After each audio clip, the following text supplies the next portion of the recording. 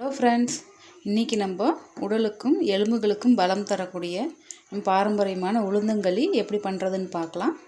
Welcome to Lakshmi சமையல். உளுந்து களி பண்ணுறதுக்கு நம்ம வந்து உளுந்தை வறுத்து எடுத்துக்கலாம். நான் இன்றைக்கி 1 கப் அளவுக்கு கருப்பு உளுந்து எடுத்துருக்கேன். இது முழு உளுந்து. உங்களுக்கு உடச்ச உளுந்தாக கிடச்சா அது கூட நீங்கள் எடுத்துக்கலாம். ஆனால் இதுதான் களிக்கு ரொம்ப நல்லதுங்க. இது முதல்ல நல்லா வறுத்து எடுத்துக்கலாம். கேஸ் லோ ஃப்ளேமில் வச்சு நல்லா வாசம் வர்ற வரைக்கும் நல்லா வறுத்து எடுத்துக்கலாம். உளுந்து நல்லா வறுத்தாச்சுங்க. இது வேறு ஒரு பிளேட்டுக்கு மாற்றிக்கலாம். அடுத்தது நம்ம பச்சரிசி வறுத்துக்கலாம். 1 கப் உளுந்துக்கு நான் ஒரு 3 டேபிள் ஸ்பூன் அளவுக்கு பச்சரிசி எடுத்துருக்குறேன். இதையும் நல்லா வறுத்துக்கலாம். அரிசியும் நல்லா பொரியிற அளவுக்கு நல்லா வறுத்தாச்சுங்க. கேஸ் ஆஃப் பண்ணிடலாம். இது உளுந்து கூடயே சேர்த்துக்கலாம். இந்த உளுந்து கூடயே ஒரு 4 ஏலக்காய் சேர்த்துக்கலாம். சேர்த்து நல்லா ஆற வச்சிடலாம். ஆறுனது ஒரு மிக்ஸி ஜாருக்கு மாற்றி நம்ம நைஸாக அரைச்சிக்கலாம். இது ஆறுறதுக்குள்ளே நம்ம வெல்லத்தை கரைச்சி எடுத்துக்கலாம். அடுத்தது நம்ம வெல்லத்தை கரைச்சி எடுத்துக்கலாம். 1 கப் உளுந்துக்கு 1.5 கப் அளவு நம்ம வெல்லம் எடுத்துக்கலாம். வெல்லம் கரைக்கிறதுக்கு ஒரு 1/2 கப் அளவு தண்ணி சேர்த்துக்கலாம். வெல்லம் பாகு எடுக்க வேண்டியது இல்லைங்க. வெல்லம் கரைஞ்சி கொதித்து வந்தால் போதும்.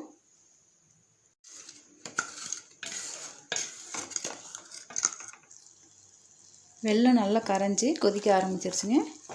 கேஸ் ஆஃப் பண்ணி தனியாக எடுத்து வச்சுக்கலாம். இப்போ ஒரு மிக்சிங் பவுல் எடுத்துக்கலாம். அதில் நம்ம அரைச்சி வச்ச வறுத்தரைச்சி அந்த உளுந்து பவுட்ரு சேர்த்துக்கலாம். சேர்த்துட்டு 1 கப் உளுந்து எடுத்துருக்குறோம் இல்லைங்களா, அதுக்கு 4 கப் அளவுக்கு நமக்கு தண்ணி தேவைப்படுது. அதில் நான் 3 கப் அளவுக்கு தண்ணியும் 1 கப் அளவு தேங்காய் பால் எடுத்துருக்குறேன். 1 கப் அளவு தேங்காய் பால் இப்போ இந்த உளுந்து மாவு கூட சேர்த்துக்கலாம். 1 கப் தேங்காய் பால் 1 கப் தண்ணி சேர்த்து இந்த மாவை நல்லா கரைச்சிக்கலாம்.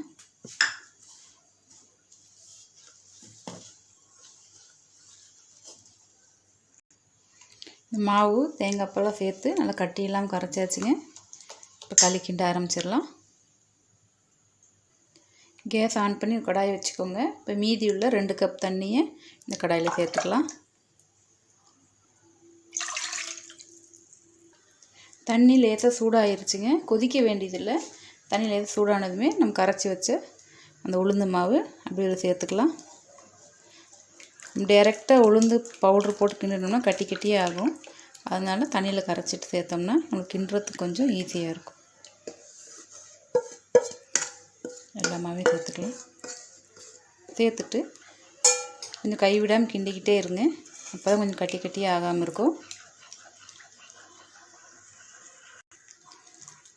நம்ம சேர்த்து உளுந்து மாவில் இப்போ நல்லா கெட்டியாக ஆரம்பிச்சிருக்குங்க. இந்த கேஸ் லோ ஃப்ளேமில் வச்சுக்கோங்க. இந்த உளுந்து நல்லா வெந்து வர்ற வரைக்கும் பொறுமையாக நல்லா கைவிடாமல் கிண்டிகிட்டே இருக்கலாம்.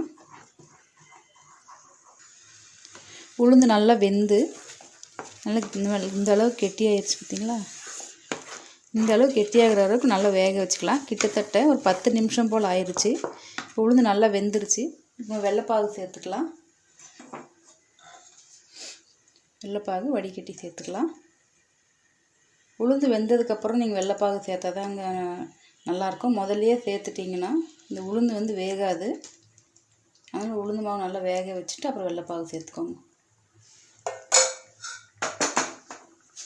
இந்த பாகு நல்லா கெட்டியாகி வர்ற வரைக்கும் கிண்டி விட்டுக்கலாம்.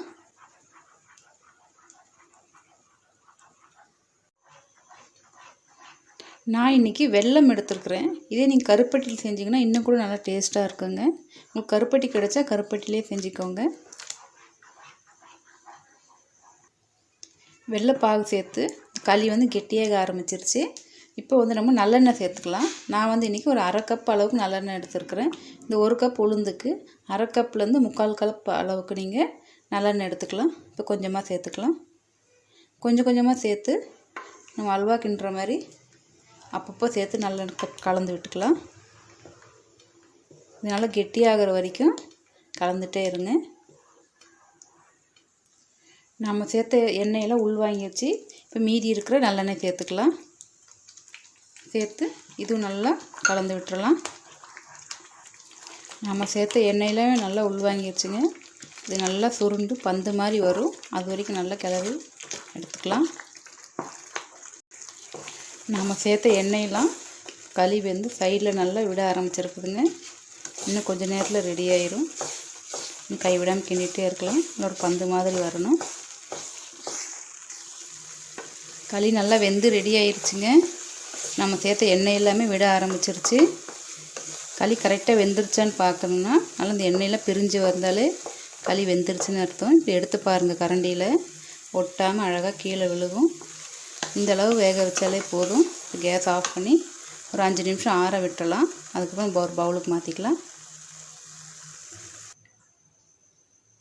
களியை பவுலுக்கு மாற்றிக்கலாம்.